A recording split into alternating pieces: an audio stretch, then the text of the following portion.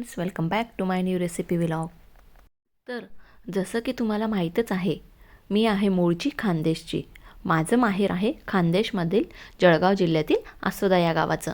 आणि आमच्या आसोदा या गावाला सगळ्यात फेमस अशी खाण्याची डिश जी आहे ती म्हणजे वरणबट्टी आणि घोटलेल्या वांग्याची भाजी।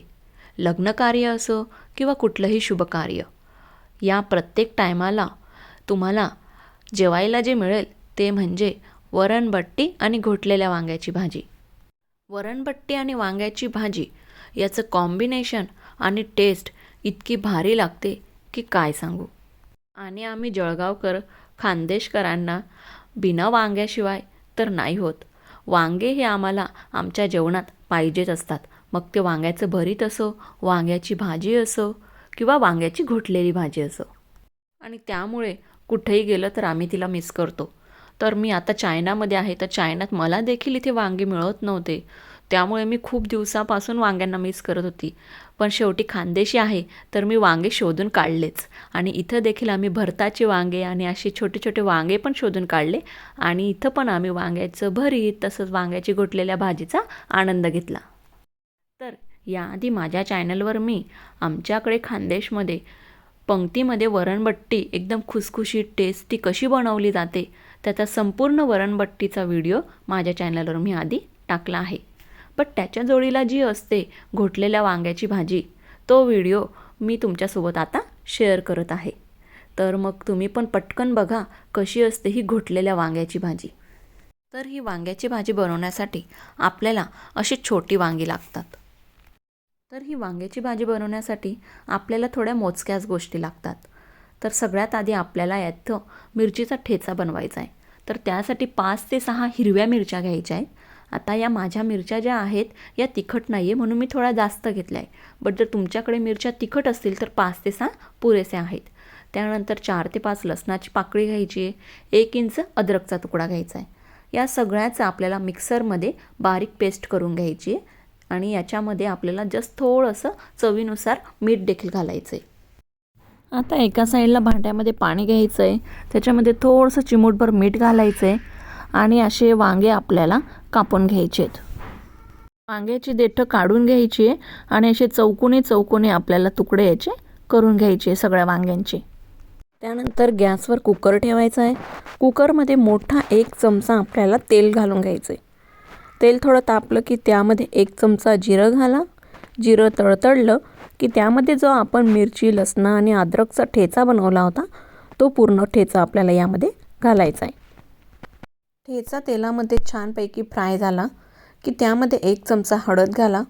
आणि जी वांगी आपण चिरून घेतली आहेत ती सगळी वांगी आपल्याला यामध्ये टाकून घ्यायची आणि चमच्याच्या साहाय्याने नीट त्यांना मिक्स करून घ्यायचं आहे। पूर्ण मिरचीचा ठेचा जो आहे तो या वांग्यांना लागला पाहिजे आणि थोडं 5 मिनटं या वांग्यांना थोडं वाफेवर होऊ द्या।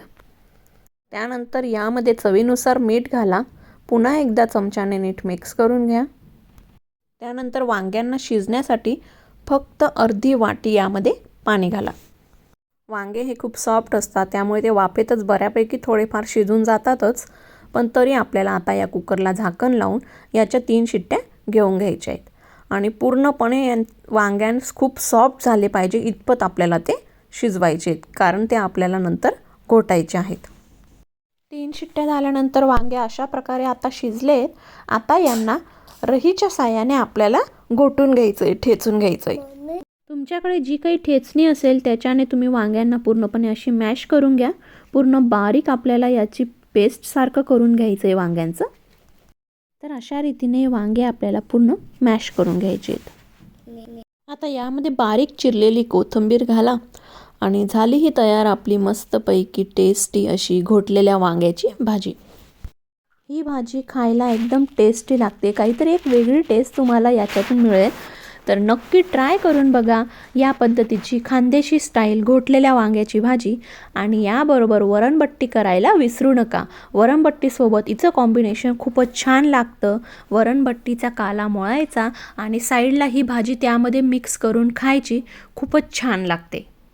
तर मग मार्गशीर्षचा गुरुवारचा उपवास असो किंवा श्रावण सोमवारचा उपवास किंवा कुठलाही उपवास सोडण्यासाठी देखील तुम्ही हा बेत नक्की बनवू शकता. वरण, बट्टी आणि घोटलेल्या वांग्याची भाजी. तर मग अशाच नवनवीन रेसिपीज बघण्यासाठी माझ्या चॅनलला कनेक्ट राहा. तुम्हाला इथं खानदेशी स्टाईल भरपूर साऱ्या रेसिपीज बघायला मिळतील. तसेच मल्टी क्युझिन रेसिपीज, तसेच स्नॅक्स, ब्रेकफास्ट रेसिपीज पण माझ्या चॅनलवर अवेलेबल आहेत. तर अशाच रेसिपी बघण्यासाठी माझ्या चॅनलला जर अजून सबस्क्राईब केलं नसेल तर नक्की सबस्क्राईब करा. तुमच्या फ्रेंड्स, फॅमिलीमध्ये देखील शेअर करा. तर चला भेटूया आता पुढच्या एका नवीन रेसिपीमध्ये. तोपर्यंत स्वस्त राहा, मस्त राहा, स्वतःची काळजी घ्या आणि खात राहा. Bye bye.